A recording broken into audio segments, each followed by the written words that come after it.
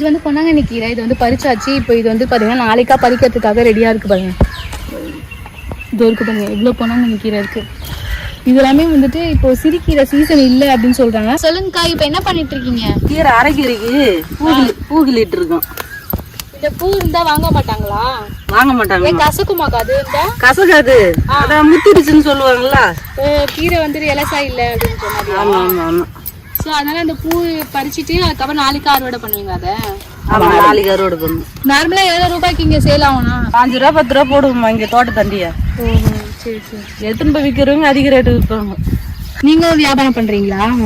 Tea நகர் எத்தனை ஒரு கோயம்பேட்டை supply பண்ணுவோம்மா நாங்க. இங்க இருந்து சப்ளை பண்ணுவீங்க. வந்து வாங்கிட்டு போயிடுவாங்களா?